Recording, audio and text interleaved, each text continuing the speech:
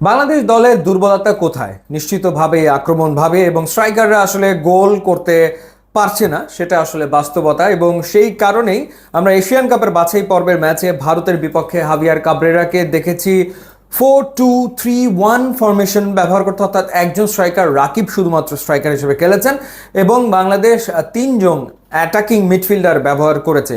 মুজিবুর রহমান জনিকে ওই ম্যাচে ব্যবহার করা হয়েছে, শেখ মোরসালিন ওই ম্যাচে খেলেছেন এবং ইমন খেলেছিলেন। সো এই তিনজন অ্যাটাকিং মিডফিল্ডার তারা গোলের অপরচুনিটি তৈরি করেছিলেন ঠিকই, কিন্তু গোল করতে ব্যর্থ হয়েছেন। রাকিবও আসলে স্কোর করতে পারেননি, যদিও তিনি ভারতের বিপক্ষে ওই ম্যাচে খারাপ কিন্তু খেলেননি। কিন্তু একই ফরমেশনে ঠিকই ভুটানের বিপক্ষে গিয়ে রেজাল্ট বের করে নিতে সক্ষম হয়েছেন হাভিয়ার কাবরেরা। সেই জায়গাটাতে 4-2-3-1 ফরমেশনের যে সেই তিনি পুরোটা চেঞ্জ করে ফেলেছিলেন। সেখানে তিনি ব্যবহার করেছেন জামাল ভুঁইয়াকে। সাধারণত তাকে আমরা ডিফেন্সিভ মিডফিল্ডার হিসেবে খেলতে দেখি, কিন্তু এই ম্যাচে আমরা দেখলাম তাকে অ্যাটাকিং মিডফিল্ডার হিসেবে খেলতে এবং তার সাথে আমরা দেখলাম এক সাইডে ফাহমিদুলকে খেলতে এবং আর এক সাইডে খেললো কাজেম এবং যথারীতি লোন স্ট্রাইকার, সিঙ্গেল স্ট্রাইকার হিসেবে খেলেছেন রাকিব গোল করতে পারেননি, কিন্তু এই ম্যাচে বাংলাদেশ দুটো গোল করেছে এবং দুটো গোলই এসে দুজন ডিফেন্সিভ মিডফিল্ডারের কাছ থেকে। হামজা চৌধুরী হেডার একটা গোল করলেন এবং সোহেল রানা তিনি আর একটা গোল করলেন।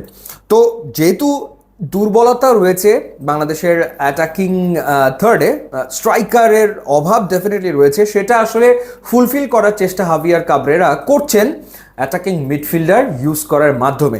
সেই জায়গাটাতে সিঙ্গাপুরের বিপক্ষে ম্যাচ জিততে গেলে গোল তো আসলে ডেফিনেটলি করতেই হবে এবং সেইখানে আমার মনে হয় যে কাবরেরার চিন্তা অনেকখানি কমিয়ে ফেলতে পারেন সমিত সোম এবং কিউবা মিচেল। তারা দুজন যদি খেলেন তাহলে যে তিনজন অ্যাটাকিং মিডফিল্ডার খেলবেন সেখানে যদি সমিত সোম ঢুকে যান এবং কিউবা মিচেল ঢুকে যান, আমার মনে হয় যে হাভিয়ার কাবরেরা কিছুটা নির্ভর হতে পারেন এবং বাংলাদেশের গোল স্কোরিং অপরচুনিটি আরও বাড়বে। সমিত সোম তো ন্যাচারালি তিনি অ্যাটাকিং মিডফিল্ডার হিসেবে খেলেন, ক্রিয়েটিভ মিডফিল্ডার কোনো সন্দেহের ব্যাপারে নাই, উইং প্লে করে থাকেন, উইঙ্গারকে দিয়ে তিনি খেলান এবং একই সাথে তিনি বল অ্যাটাকিং থার্ডে সাপ্লাই করতে পারবেন এবং ডেফিনেটলি দু একটা সুযোগ তিনি নিজেও নেওয়ার চেষ্টা তো করবেন বটেই। এবং কিউবা মিচেল যিনি আসলে ফিফার অনুমতিও পেয়ে গেছেন, সুতরাং তার কাগজপত্র সব হয়ে গেছে, পাসপোর্ট টাসপোর্ট সব কমপ্লিট, ফিফার অনুমতি পেয়ে গেছেন, তিনিও হয়তো চলে আসবেন এবং তাকে হয়তো হাভিয়ার কাবরেরা খেলাতে পারে এবং খেলালে ডেফিনেটলি তাকেও অ্যাটাকিং মিডফিল্ডার হিসেবে খেলানোর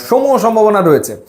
সো পার্থক্য গড়ে দিতে পারে সিঙ্গাপুর ম্যাচে, ডেফিনেটলি পার্থক্যটা গড়ে দিতে পারে সমিত সোম এবং কিউবা মিচেলের ইনক্লুশন, এবং সেটা ডেফিনেটলি অ্যাটাকিং মিডফিল্ডার হিসেবে। এবং সাথে তো রাকিব রয়েছেনই, তো সেই ক্ষেত্রে রাকিবের পাশাপাশি যদি কিউবা মিচেল, ফাহমিদুল এবং সমিত সোম তারা অ্যাটাকে যান তাহলে হয়তো গোল করার অপরচুনিটি এবং গোল করার সম্ভাবনা বা স্কোর করা সেগুলো আসলে বাংলাদেশ নিশ্চিত করতে পারবে বলে আমার কাছে মনে হয়। তো দেখা যাক হাভিয়ার কাবরেরা আসলে ঠিক কিভাবে করে সমিত সোমকে ব্যবহার করেন কিংবা কিউবা মিচেলকে ব্যবহার করেন।